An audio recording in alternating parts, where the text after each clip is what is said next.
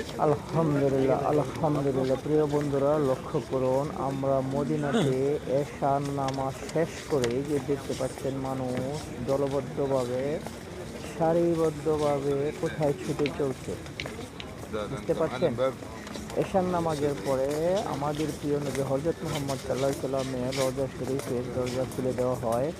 সেটা জিয়ারত করার জন্য কিন্তু মানুষ এইভাবে দলবদ্ধভাবে যাচ্ছে। আমিও সিরিয়ালে আছি, আমিও আস্তে আস্তে যাচ্ছি, কারণ এশার নামাজের পরেই একটু বেশি সময় পাওয়া যায়। এই যে দেখুন, হাজার হাজার মানুষ, হাজার হাজার মানুষ যাচ্ছে, আমিও তাদের সাথে আছি। আলহামদুলিল্লাহ, আলহামদুলিল্লাহ। আল্লাহ পাক কয়েকবার আমাকে এই সুযোগটা করে দিয়েছে, সেজন্য আল্লাহর দরবারে লক্ষ কোটিবার শুকরিয়া আদায় করি। আমিন, আমিন। আমি মনে প্রাণে দোয়া করি আল্লাহ পাক যেন বিশ্বের সকল মুসলমানকে একবার হলো আমাদের প্রিয় নবী হযরত মুহাম্মদ সাল্লাল্লাহু আলাইহি ওয়াসাল্লামের রওজা শরীফ তওয়াফ করেন।